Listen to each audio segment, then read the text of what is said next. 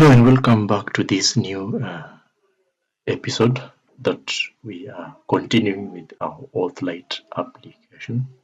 So we've completed our web API and we've tested it's working. We've also completed the connection that we need to be able to consume the web API in our application. So the last thing that is remaining is to now set up our UI to be able to utilize the API that we created. And if I just run this UI, let me run it, you see. So debug, start without debugging.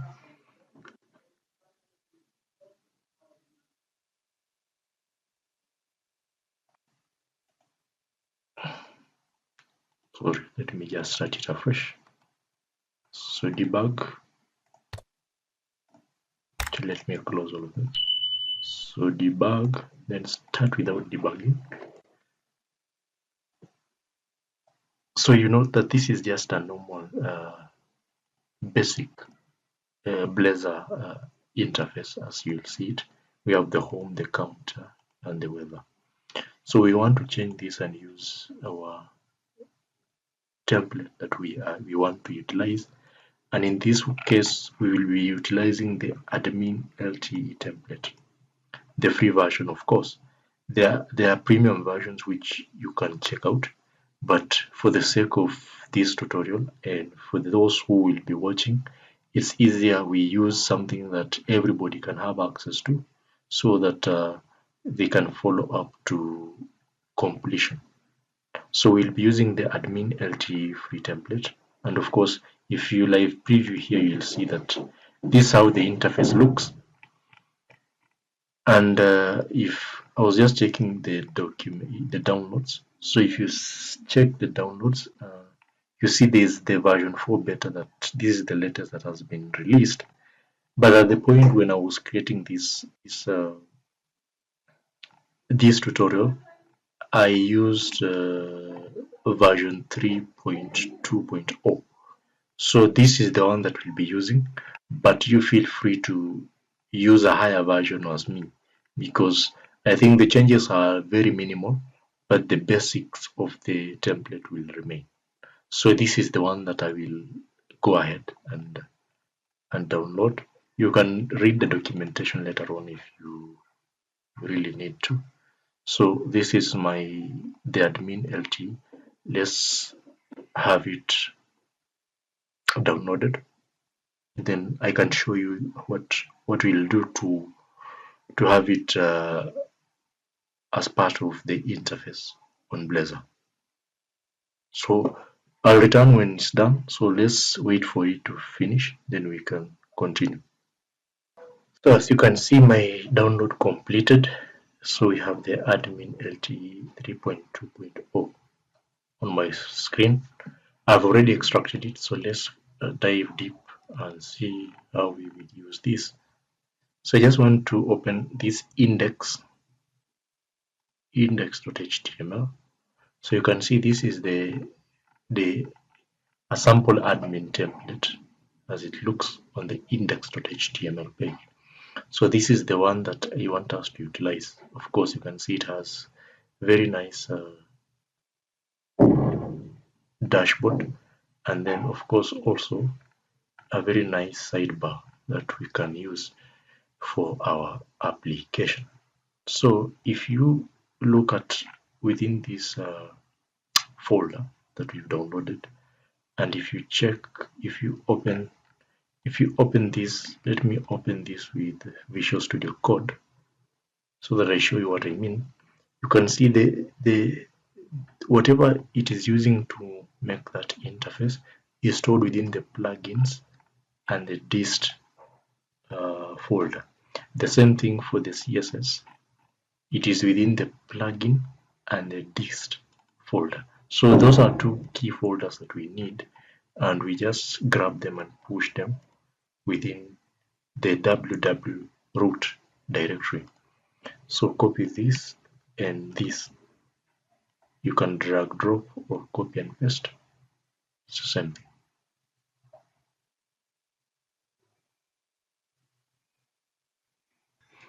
So those ones have been added. So we have the plugin here. You can see it has all these dependencies from Bootstrap.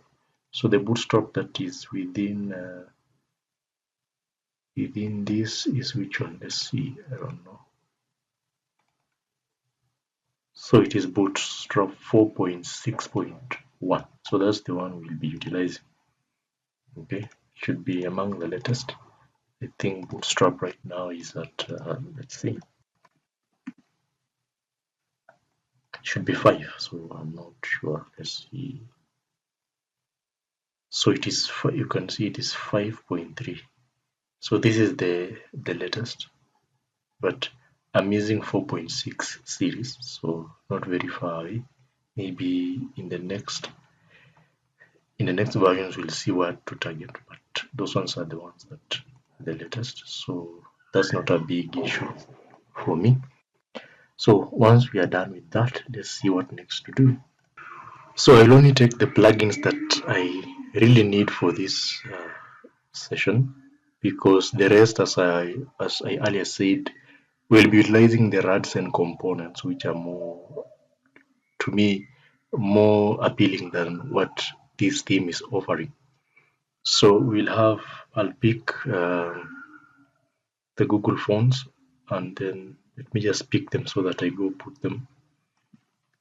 So I'll select this within the index.html page, and then come to my auth within the index.html under the www.root directory.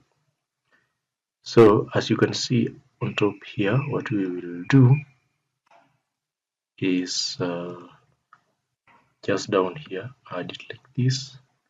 So I don't need this. So I'll remove this. I don't need this. I'll remove these icons. So okay, we can leave the font awesome for now, but we'll see what we can do. I also don't need these ones for now. Yes, so you save that. So that is the ADMINLTE and the font awesome and the Google fonts. Okay, so here what you can do, I don't need this default the 100% login progress, so I can just remove this like that. I also don't need this.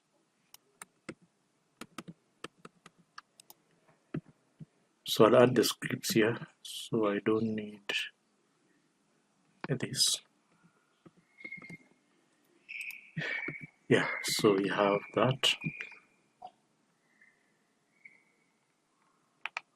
So next we'll add the RADs and components. So let me just do that.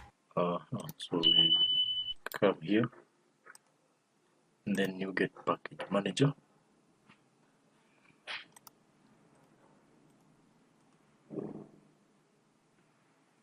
So here you'll have RADs and that.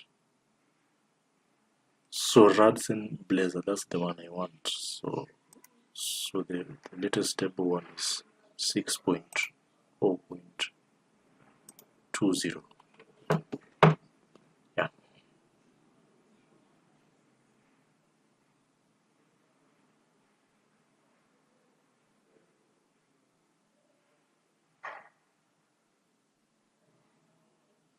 So apply. I accept.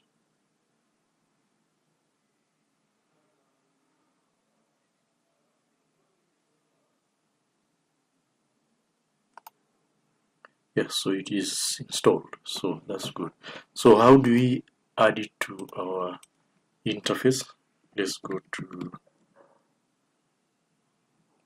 their page and walk through that. So here it is where.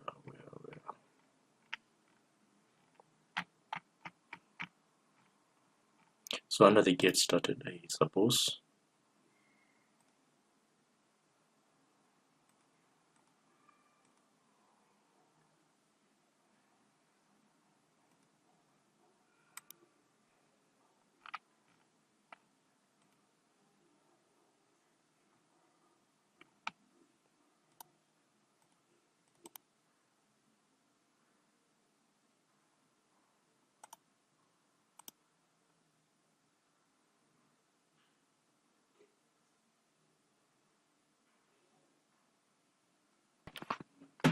So I see the documentation is a bit different from the time I was setting up the first time. Maybe you can take time and go through it. But the one that I have an interest in is the WebAssembly standalone.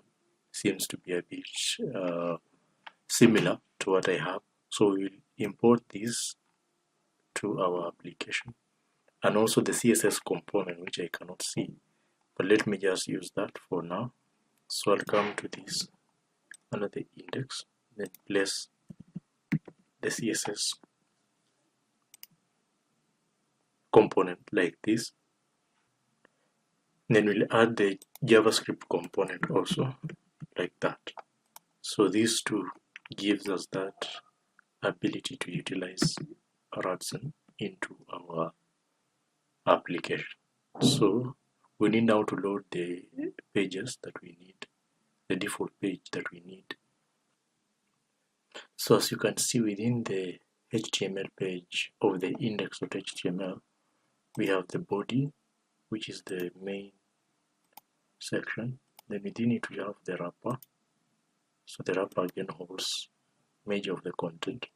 Then as you drill deeper, you'll see we have the navigation bar, and then we have the aside, and then we have the main content wrapper.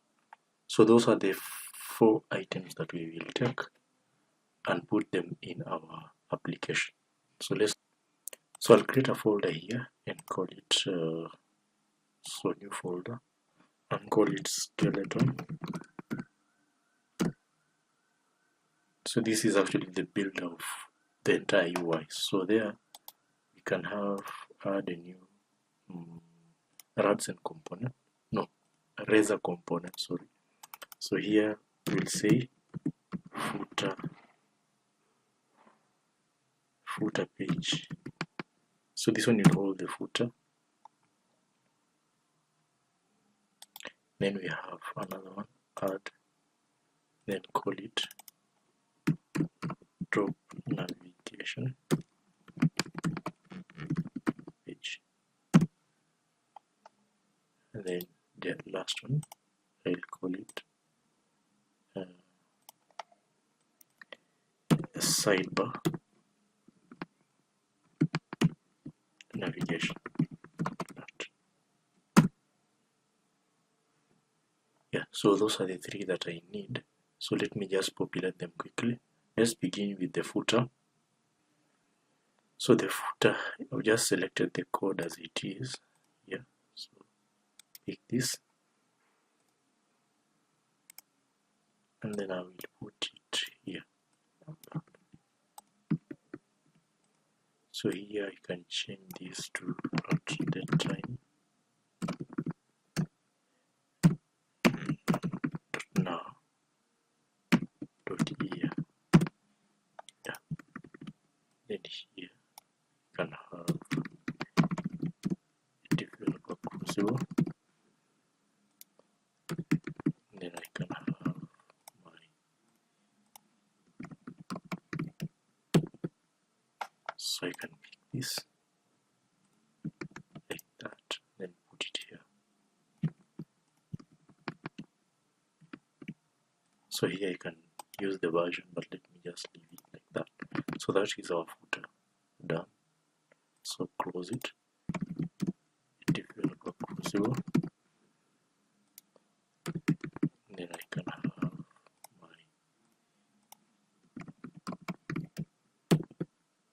so I can pick this like that, then put it here. So here I can use the version, but let me just leave it like that. So that is our footer done. So close it. The next one we are going to is the top navigation. So the top navigation is this one here, where we have the nav bar. So I'll pick it like this. So top navigation is here. So replace that with this. Okay. So we have it like that. Then the last one is the sidebar. So the sidebar, you come here where we have aside. here. So this is what we are interested in. So copy like that, and then come to a side, replace this with this like that. So that is it, sidebar, top navigation, and then the footer. So as you can see within this, there's something else we've left, that is the content wrapper. So this one will put it within our main page. So let's go ahead and just do that. So to put that within our main page, the main page here, you just need to come to the layouts. Then we had what you call the main layout. So the main layout, I don't want this default that you see. So I'll replace it with whatever I have here. And how do I come up with this? Let me just import these ones here, or let me do this. So within the skeleton we have top navigation. So here replace this with top navigation page like that. So what we need to do is cut this out, delete that, then say here using like that.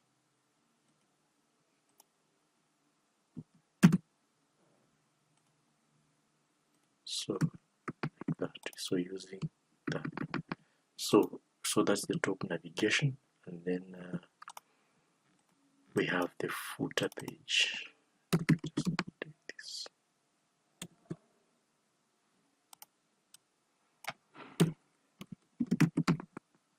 Footer page like that. So as you can see, and I think the best thing to do is to make the code more readable, I'll take this and put it under the imports. That. So it's the same thing. So this one remains a lot cleaner. So the main layout picks the wrapper, and if you go to our index, you can see the wrapper here is what surrounds everything within that template. So it's the same thing. So all these pages are within the wrapper, and that's what you are doing. So the top navigation sidebar, the main content wrapper, and the footer, they're within the wrapper. And now what you're doing here, under the content wrapper, which holds dynamic content, or will hold the dynamic content for me. So what I'm doing, if you scroll down here, you can see we have the content wrapper. So this one holds all the content that you see here, any content you see here, from the dashboard, the cells, all these are within the content wrapper. So I don't want this to be static, I want it to be dynamic. So like the dashboard will have a way in which I feed it within the main content. So that is why you're seeing I have just taken the div only and added the class, and then what I am doing is I am putting the body. So this body will be the one that will be fed anytime you're navigating to it. The content will be dynamic, and then the wrapper remains the same to be able to render our template as the way we've seen it. So that is our main layout, and then you see now this wrapper is it should be enclosed in a body. Yeah, so to do that we need to go back to the index.html. So we have the body already, so we don't need to define the body. So what we just need to do is add the property that the style, the template is offering for the body here. So it is this class. So you add it here like this. Yes. So now I think we can run and see if we are somewhere. Let's run the application and see. So debug, start without debugging. Let's check out if it's making any sense.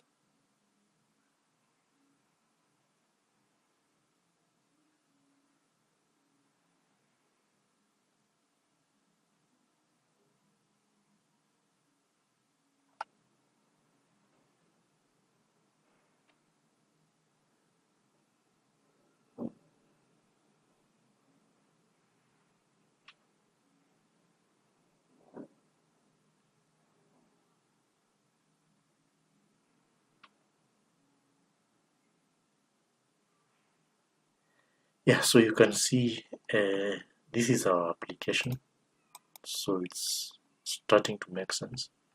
So this is our sidebar. This is now loading. So this content is being loaded from, if you check the template, it is coming from under pages.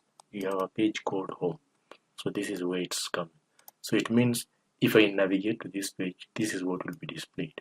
And it is being displayed back to the main layout, which has a dynamic section to load other pages. So that's why you're seeing this is the main page, the first page to be loaded. So you can see, again, making a lot of sense in terms of how we have designed this application. I can see there are a few issues with the navigation. I think it should be something to do with our dependencies. Let me see.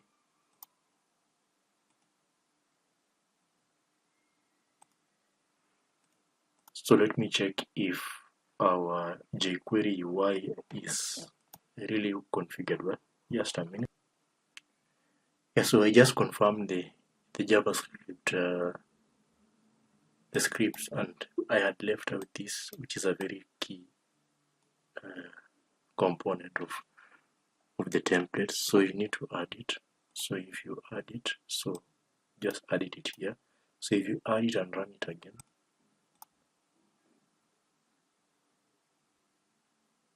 so you can see, so it's able to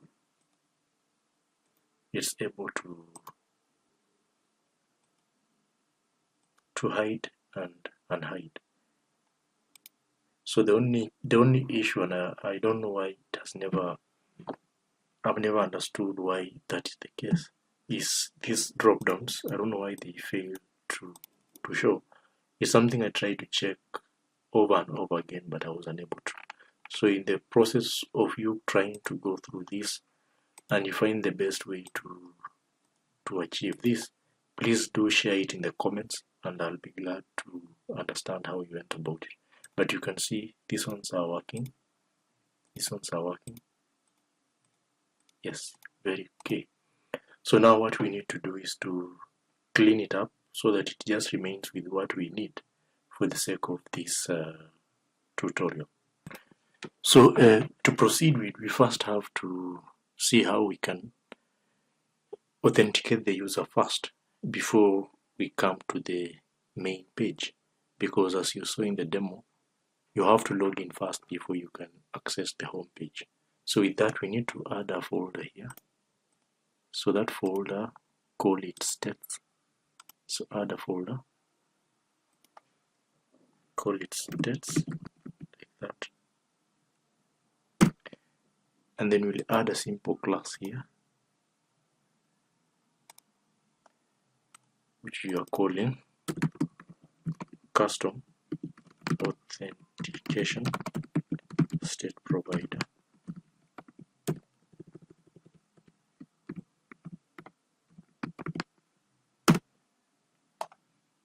Yes, so now with this class, what we just need to do, we'll replace it with this code here.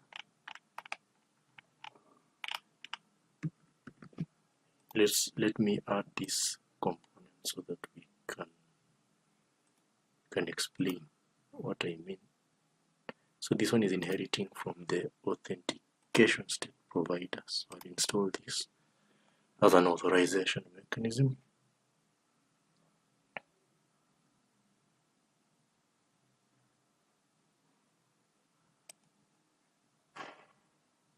And then we have this post token is from the application layer.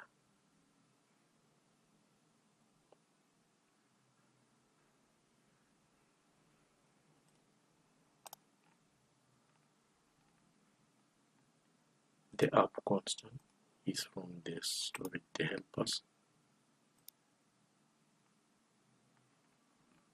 Yeah, so we have all those errors, and then this, the JWT security handler, it is from this system identity.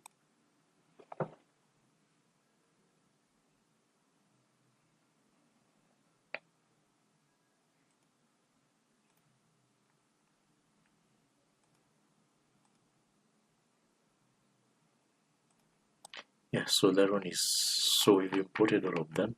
So the one that is remaining is this I local storage. It is from Blazor local storage. So like that.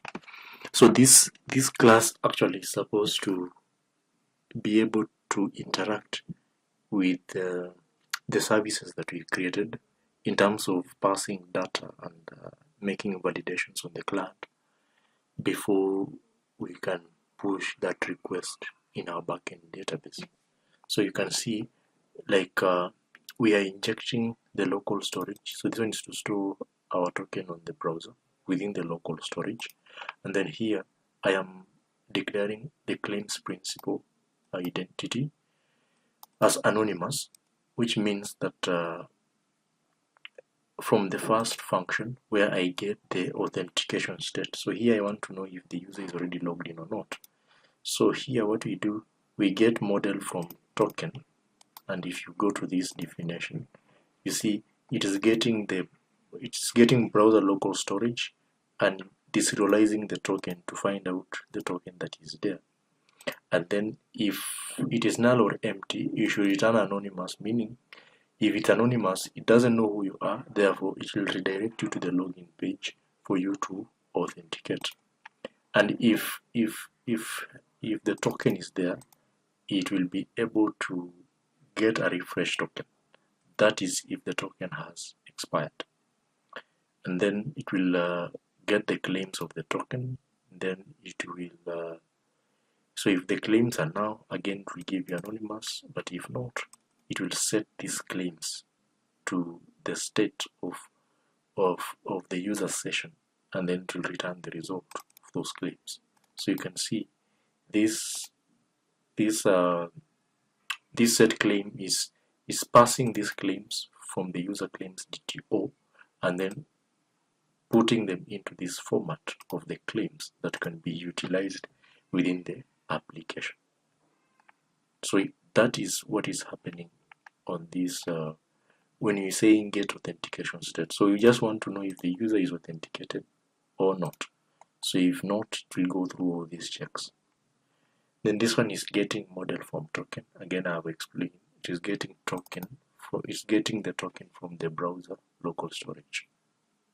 And then here it is, how do you get this? It is going to the string and then there's the storage where it is, and this is, it will check for an identity of this authentication. So that is the constant or the identity of the token on the browser.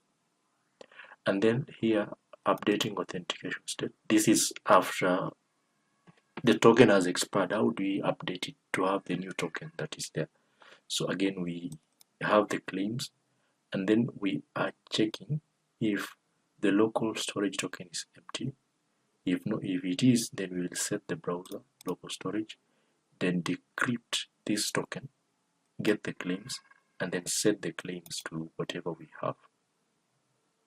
Else, if the token is empty, we'll remove. If the token is null, we'll remove everything from the browser storage, and this one will make the user to log in again. And then here to set browser local storage, you are serializing the object of whatever has been passed here, and then you set it as a string within the storage. And then these are the functions that are doing both the serialization and the deserialization. This one again is just to ensure that we have a valid JSON based on whatever we have passed. And then this one which decrypts the token, as you can see here, once we are updating the state, we are decrypting the token to get the claims and set the claims here. So what that means, at the point of logging in, when we are decrypting the token, what are we doing? We get the string JWT that has been passed, we read it and then assign the individual tokens here, and then we return the user claims within the user claims DTO. Now that is what we can utilize here, because we get this and pass it to be part of our claims. So these claims are the ones that are utilized within the application to ensure that you have a session or not. So that is all for this class. So now what we need to do is see how we can have the authentication page before we can finalize with the page that we just finished a while ago. So with this, we need to add a layout that will handle our authentication. So we add a razor component, sorry. So this will say authentication layout, like that. So we add it like that, and then we paste it as that. So this one is inheriting from the layout component base, and then we have the body to whole transition login page. So if you check the template that we downloaded, if you go to pages, you'll see that we have pages that, let me go to UI. There is I think example. So we have the login page here. So how do you utilize it? If you open it with Visual Studio Code, what you'll realize is this one has a body and it has a class called whole transition login page. So that is the one you're seeing. I am already putting it here. And then it is this body I want it to be, again, very dynamic, because you can have registration and login. But in this case, we'll deal with the login page. So this layout is the one we will call within our login page. Then make our login page the first page that is called before any other page. So how do you do that? So within the layout, I'll create within the pages, actually, not layout, the pages, I'll add a new folder here.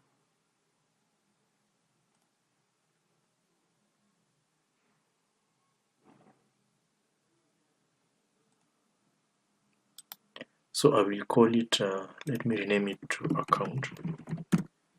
Then I will add another page, another folder, and call it authentication. So this one will hold all the authentication pages that we have. So here we will add our pages. So we'll have what we call authentication page, and then I will have another page called login page, and then I will have another one called logout page, like that. So these three pages, they are supposed to help us with the login. So let's work on them. So I will start with the authentication page. So this authentication page is supposed to be the one that will ensure that the login page is called before you can go anywhere else. So we have this code that we have here. So I will import this. Then I will also import that. Yes, and then I will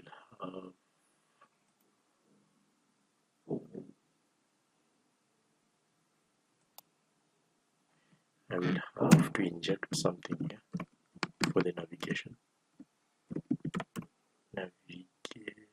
manager. Then I'll use this like that.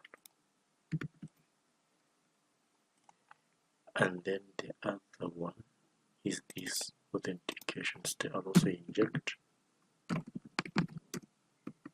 authentication state, and then I will say auth state provider. Is it? Yeah, no, authentication state provider, auth state provider. So you can see our errors are gone. Then what I can do, I can just pick this and place them within this the import. So here, like that.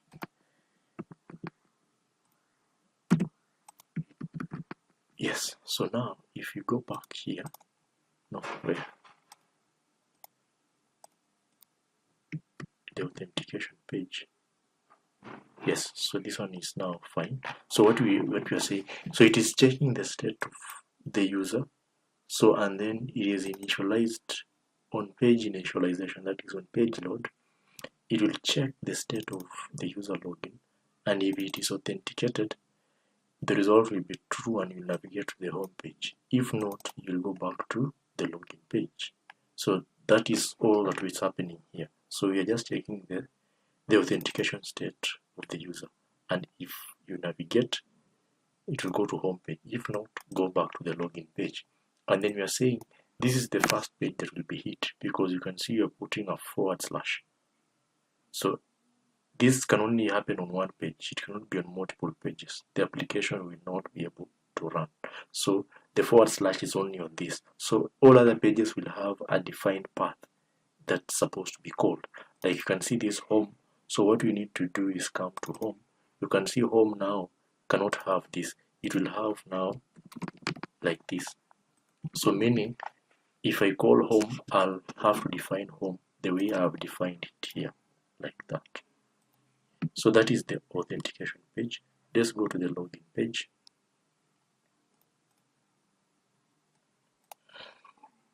So for the login page, as you can see here, whatever I was sharing with you is that we need this. So you need to pick this and then be able to change it to whatever you want. So what I have it here, I have already defined my login page, but you can see it is very similar to what you have here.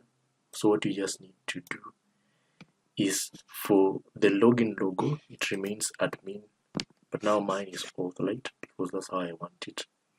And then for this form, what we are doing, instead of using the form, we are changing it to the edit form of the RADs and components to be able to handle our login and authentication. Okay, so this means that you have to be able to understand how the RADs and components are being called. But let's go and see how we can do it.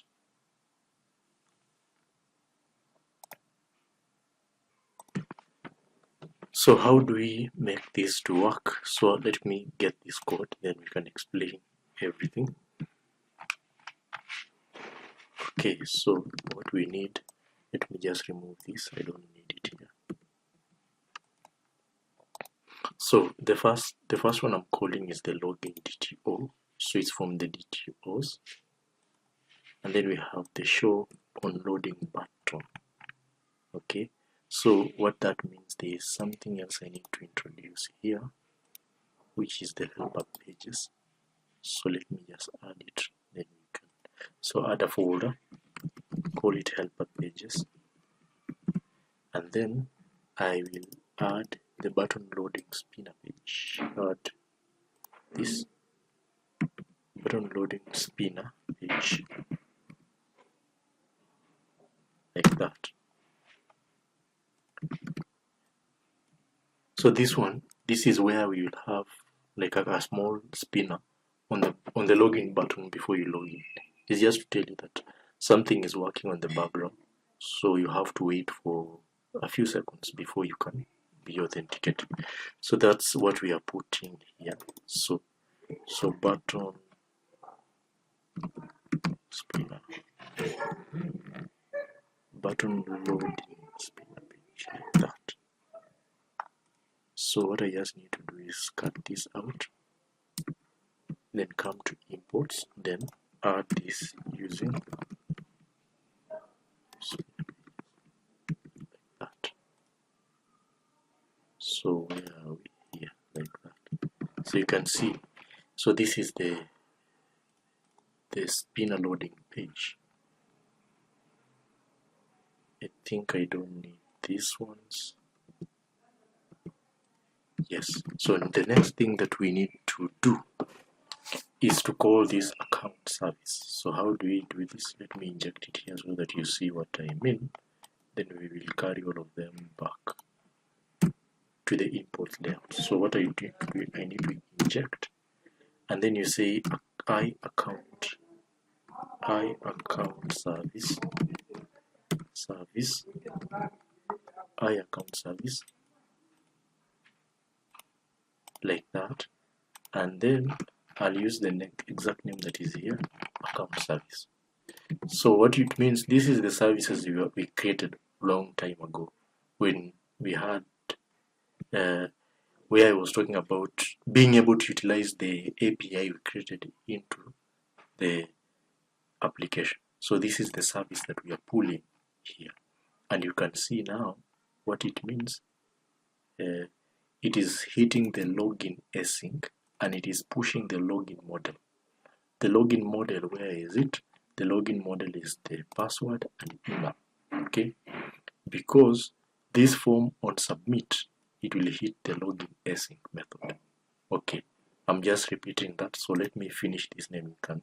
So we are saying if the response.flag is positive, meaning if you get a positive response from this login request, then check the authentication state provider and then update the state, meaning update whatever you have for this user within the local storage for both the token and the refresh token. That's what it means.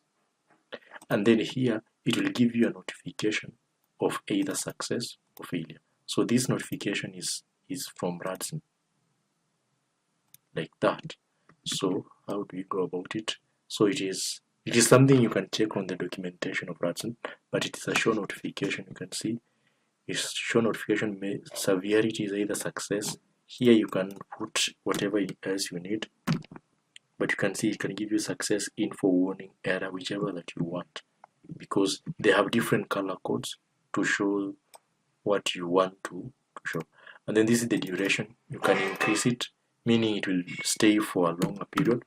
Because this is a login page, I'll put it to have a bit more of time, but you can play around and see that which suits you. So it will be successful if the flag here is true. If false, it will say sorry, unknown error. Again, it goes through the same thing. Then we'll have that. And then if we have an exception that is not known, it will give the exception error, to give the severity as error, and then again the same thing. So let me increase this to 6,000. Yes, so like that. And then the show loading button will change to false because it has already gotten a response, so it will change to false, like that. So here, so the notification service, let's see.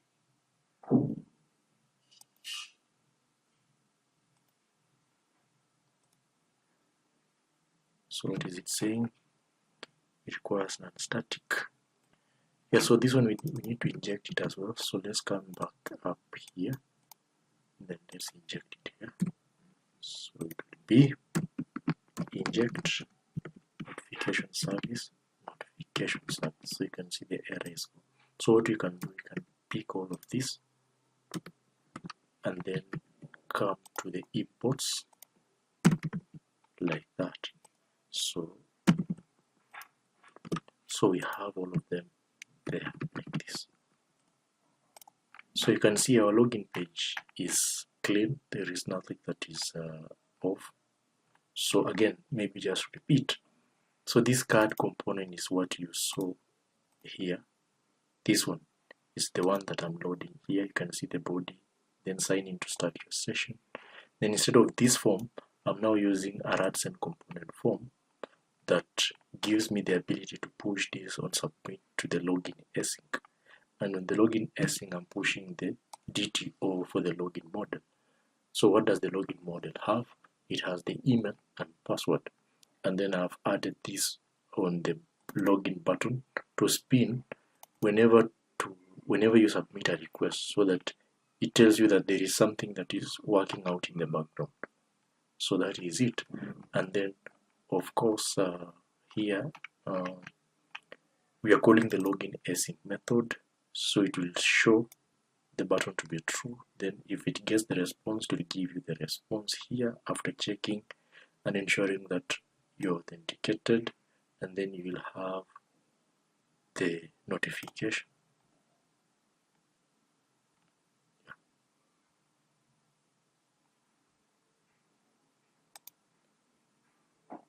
So on initialized, you can see it is saying if authenticated, you will navigate to the home page. This one should be home, like that. Then these are the on submit, on invalid submit, and the show notification. So all these are on the page for answer. You can check it out. And then let's finalize with the logout. So this one will define what happens when you log out. So when you log out, so you'll call the logout page, and then it will fetch the authentication state, and then update the authentication state. So meaning it will update it to null. It will update it to null of the log. So meaning there'll be no token and refresh token to maintain the user session. So with that, because it is null, it will navigate back to the login page. Okay, so that is the logout page. So the last page you want to add is the redirect to login page. So let me add it here like this. So redirect to login, add it. So this one, we just add it. So this page, what will happen, it will, as you see, where, I don't know if it is here, let me see. No, should be.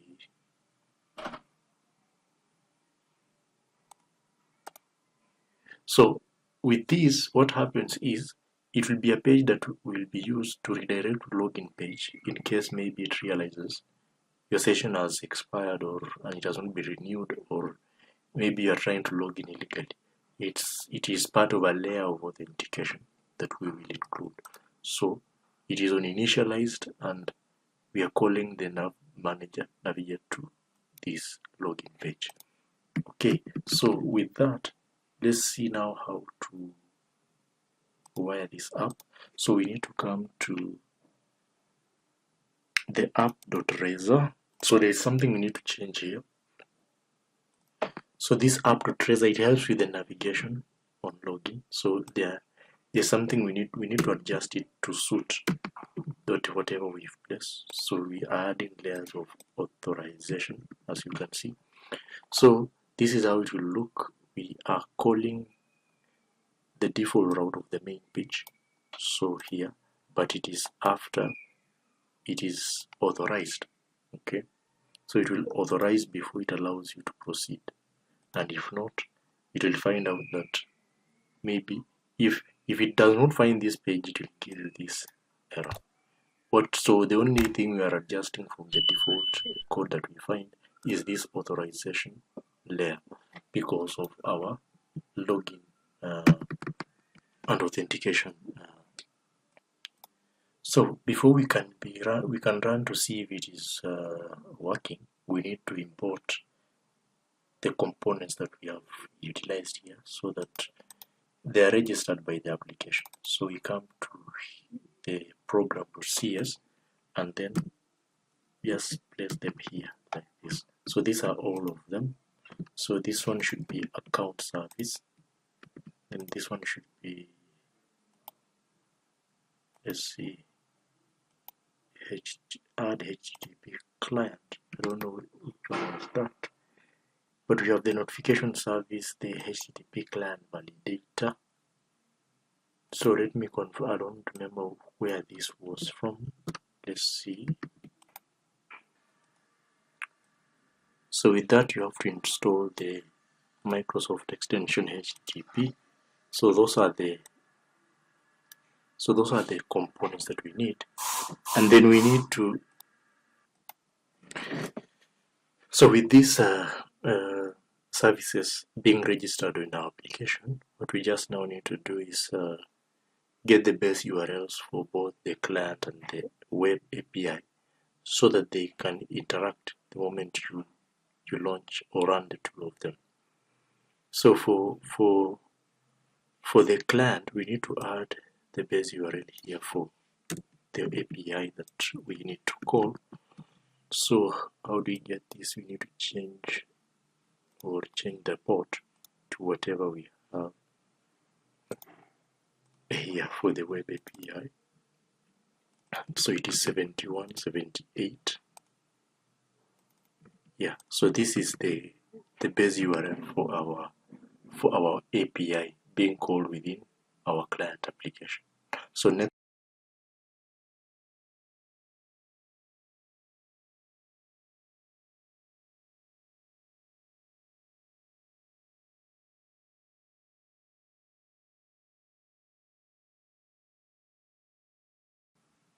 so what we need to do is just come down here after the Swagger and then add use course, and then here we change it to the port for the client, so 7040, like that. So with this, let's try run and see if we are able to log in, because you already created a user, if you remember. Let's run and see.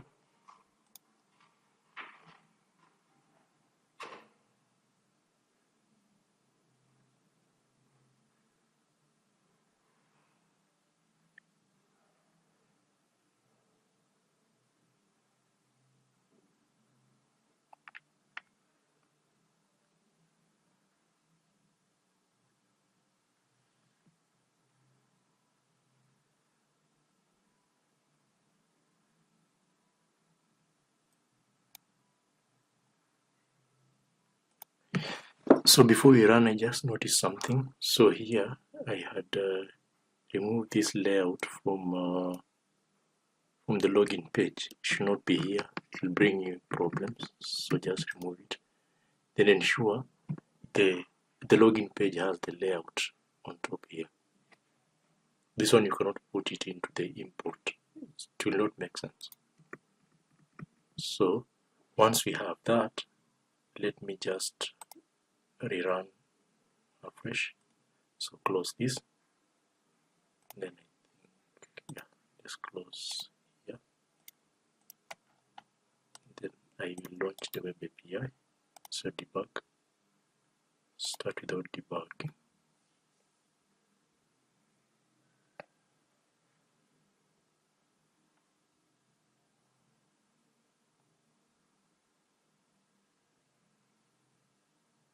Just a minute.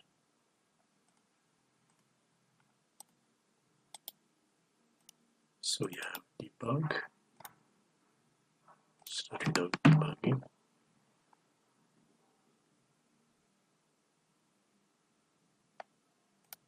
So it's running. Then we have debug.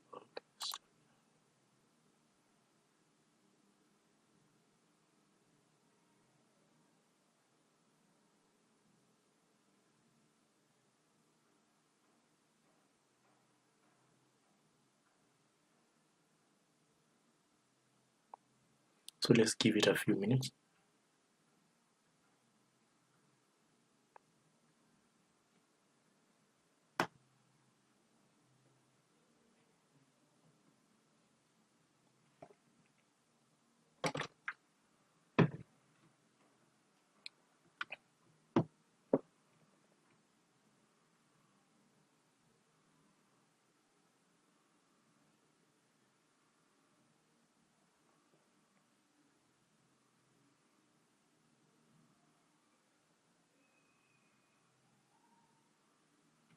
Yeah, so you can see.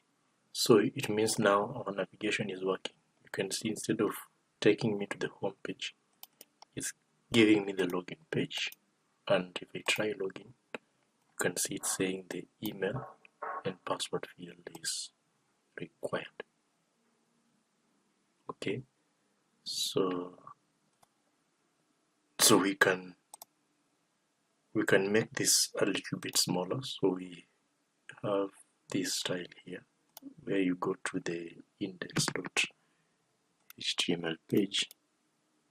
Here you can just place it right on top below this. So that's time. You can leave it as it is, but I prefer it this way. Okay. And then something else on the home, not on the home page, in the main.layout, there's something I had added. I think it's good too. So you will add the RADSEN notification and the RADSEN dialog. These two will assist us in displaying notification, and this one in displaying the dialog box, especially when we are making edits to a particular issue. Yeah. So let's run the client again. I want to see those changes.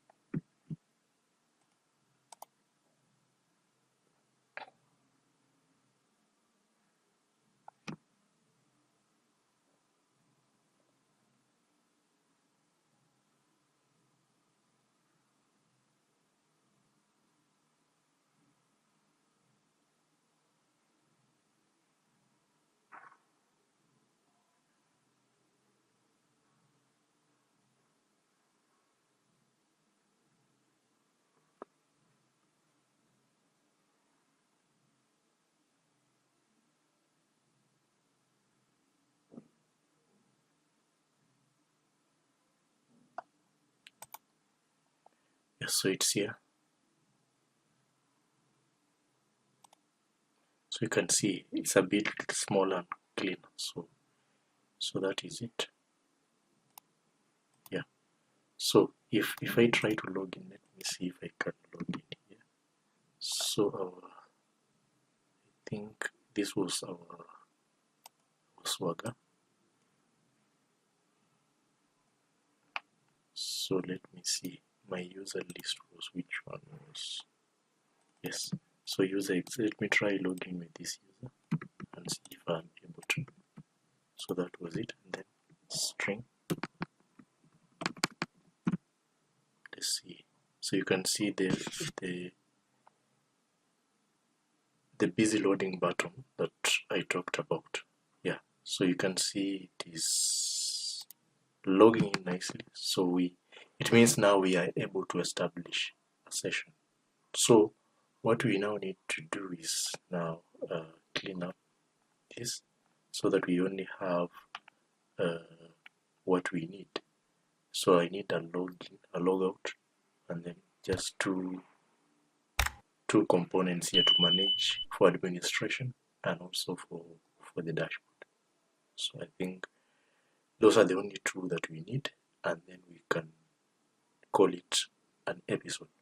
So I'll leave this here, and then we can pick up in the next tutorial for completing the issues that I've just raised. Thank you.